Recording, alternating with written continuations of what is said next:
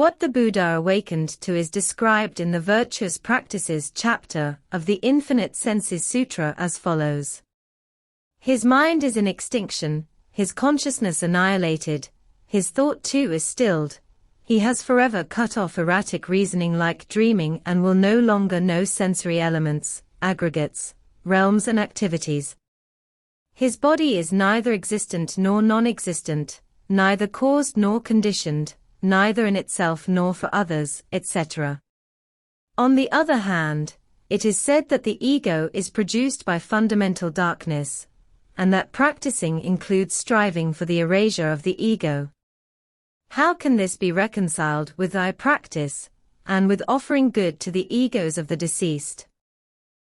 I think we first need to go back to basics by explaining what non-self or ego-lessness is in Buddhism. Ego-lessness is part of what are known as the Four Seals of the Dharma, in Japanese Shihoin. The Dharma seal is the symbol that shows that a doctrine belongs to Buddhist law. In this way, the Dharma seal indicates a specificity of Buddhism and enables us to recognize conformity to orthodoxy.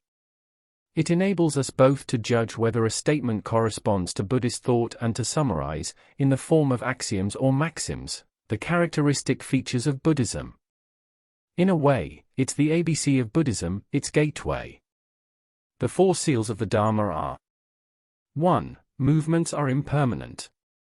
2. Dharmas are egoless. 3. All are suffering. 4. Nirvana is serenity and purity. We therefore have four easily memorized criteria for recognizing whether a theory or statement conforms to the whole body of Buddhist teachings. The four seals of the Dharma are a constant throughout the Buddha's teachings. They are to be found from the earliest Agama Sutras to the last, the Nirvana Sutra. We're going to take a closer look at the second Dharma seal, the ego-lessness, which interests us today. Multiple dharmas are egoless, in Japanese shohomuga. The wording already requires some explanation. The multiple dharmas refer to phenomena, including ourselves. The Japanese word we translate as ego is ga, meaning I or me, hence our choice of the Latin ego, which has been part of our language since modern times. In many translations, the expression muga is rendered as deprived of one's own nature or without one's own nature.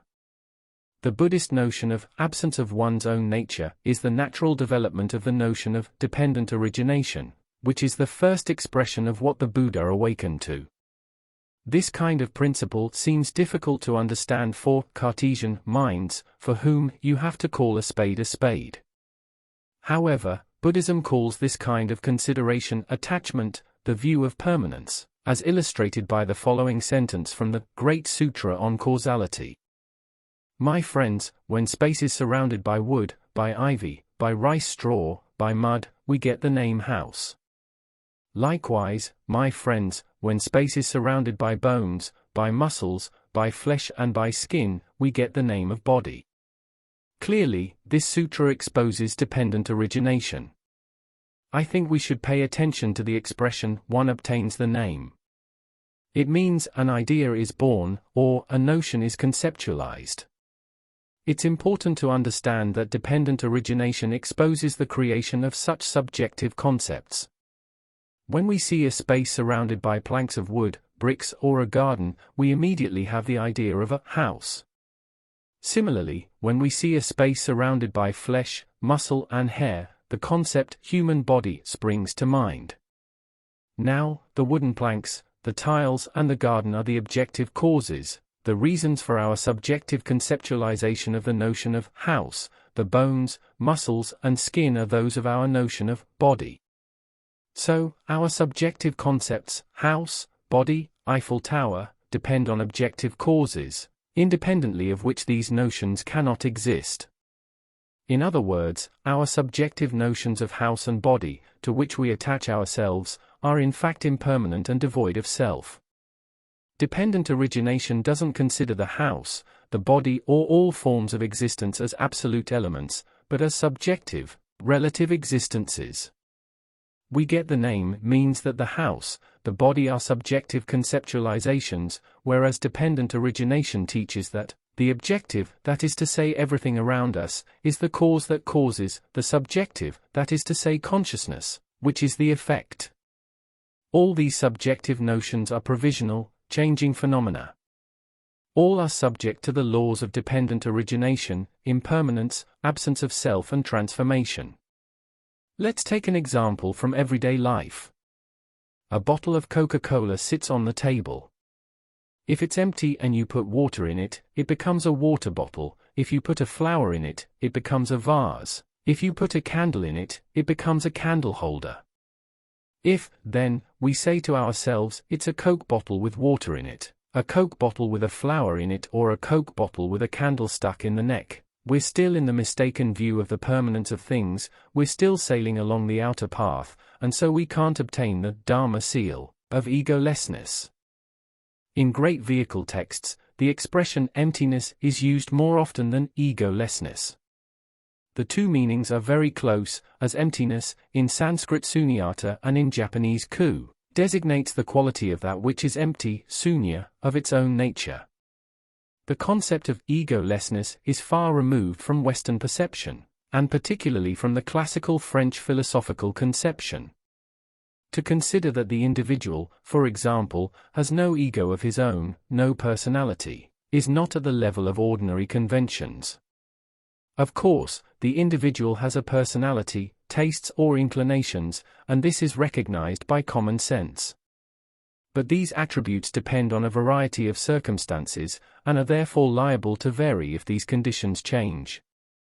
Contrary to the common view, the individual is not just the personality he believes himself to be, and which, until he constructs it, is merely the product of diverse circumstances. Moreover, the word muga, which has been translated as without ego, can also be translated as which is not ego.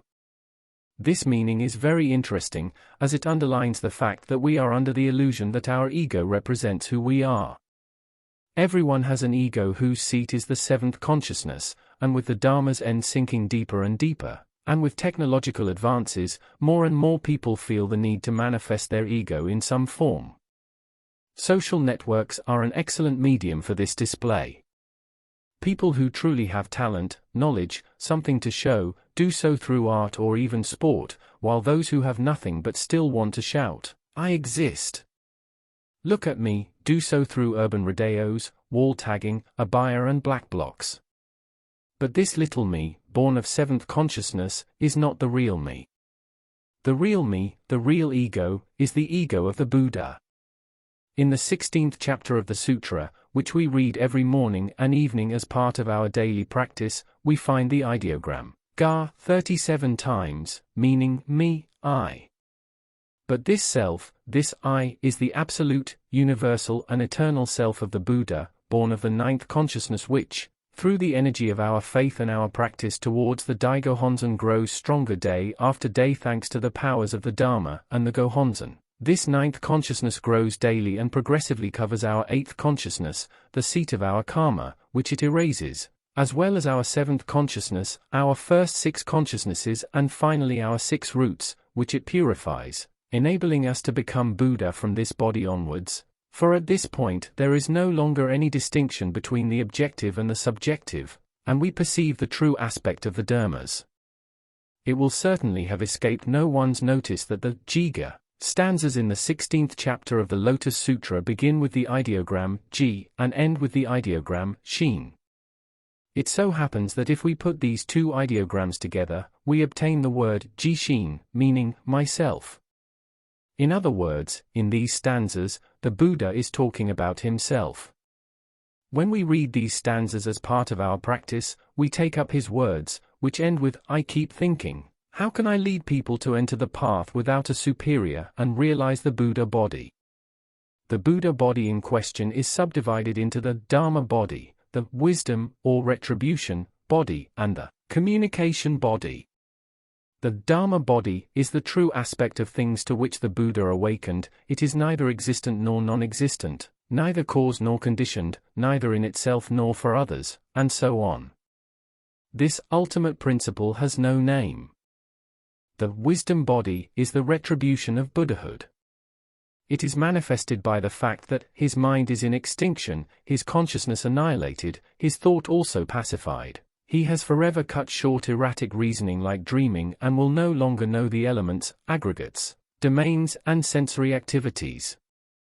The communication body through which the Buddha teaches beings is manifested in the fact that, when the wise man, observing the principle, gave a name to everything, it was the unique, inconceivable Dharma of the simultaneity of cause and effect. Giving it a name, it was Myōhōrengekyō. In reality, in the sutras prior to the Lotus Sutra and even in the first half of the Lotus Sutra, the ephemeral doctrine, beings, in order to become Buddha, must pass from the 9 worlds to the world of the Buddha, which indicates a transformation. However, true Buddhahood, the Buddhahood revealed in the profound of the sentences taught by Nichiren Daishōnin, is awakening in this body, just as we are. In this case, the Buddha's 3 bodies are called the triple body without artifice. In other words, the revelation of the Buddha's original nature set out in the Lifespan chapter means that all beings, sentient and non-sentient alike, are all the Buddha with the triple artifice-free body at original awakening. This triple body without artifice is the Buddha in accordance with reason. If we examine the matter in detail, the course of natural things expresses the functions of the Buddha. For example, the substance of plants is the body of Dharma at the original awakening. Their wisdom in ripening fruit and blossoming flowers at the same season is the body of retribution. The fact that they nourish sentient beings when they reach maturity is the body of communication. The same applies to sentient beings. Their physical body manifests a small part of the substance of wonderful Dharma, which is the expression of the Dharma body without artifice. Their small parcel of wisdom is the manifestation of the body of retribution without artifice. Each of them has its own action, which manifests the body of communication without artifice. Now, this is only from the theoretical point of view, but does not directly represent the threefold artifice-free body of the Dharma end.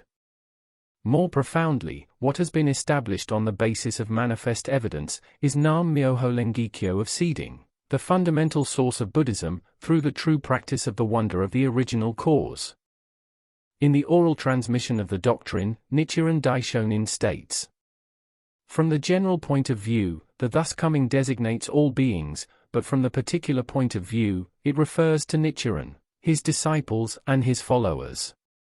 Also, the triple body without artifice is the practitioner of the Lotus Sutra in the end of Dharma. The honorific name of the triple body without artifice is Nam Myōhōrengekyō. He goes on to say, this triple body without artifice is obtained with the help of a single word, that word is faith. Faith in the Daigo Honzon is sowing. Practicing with faith in the Daigo Honzon is the ripening, which enables us to immediately obtain the harvest, that is to say liberation through the fusion of our wisdom, replaced by faith, with the object that is the Go-Honzon. It is only in conviction in the doctrines of the Nichiren Shoshu, which reveres Nichiren Daishōnin as the fundamental Buddha, that we can realize awakening from this body, and it is through practice that the true attainment of Buddhahood can manifest. I'd now like to answer the second part of the question, which concerns the offering of good to the ancestors. Firstly, the deceased no longer have an ego, since the 7th consciousness is formed at birth and ends with death. What remains after death is the 8th consciousness. At that point, either the 9th consciousness has replaced the 8th consciousness and we are Buddha, or it hasn't, and we sail into the next life at the whim of the 8th consciousness, also known as karma. That's the first point. Next, I'd like to tell an anecdote about offering good to the ancestors and their salvation. Following a Gosho course on a letter from Nichiren Daishōnin to Shijo Kingao, in which he wrote, in essence, "What a pity that your brothers have stopped practicing, because as a result, they no longer have the possibility of saving your parents." I put a question to the priest at the time. Shijo Kingao was practicing, so he had the possibility of saving his parents. But his brothers were no longer practicing, so they could no longer save their parents. What happens to the parents in this case? Are they saved or not? The priest replied, that's not the way to look at it. Simply, Shijo Kingao had the cause to save his parents, while his brothers no longer had the cause. Indeed. We had to think in terms of cause, not effect. We who practice generate the cause of our parents' salvation, independently of other family members who may practice something else and, as another priest told me when I lived in Japan, add fuel to the fire. Our relatives, living or dead, are part of our world of dharmas. So, if we become Buddhas, they become Buddhas too. That's all I can say on the subject.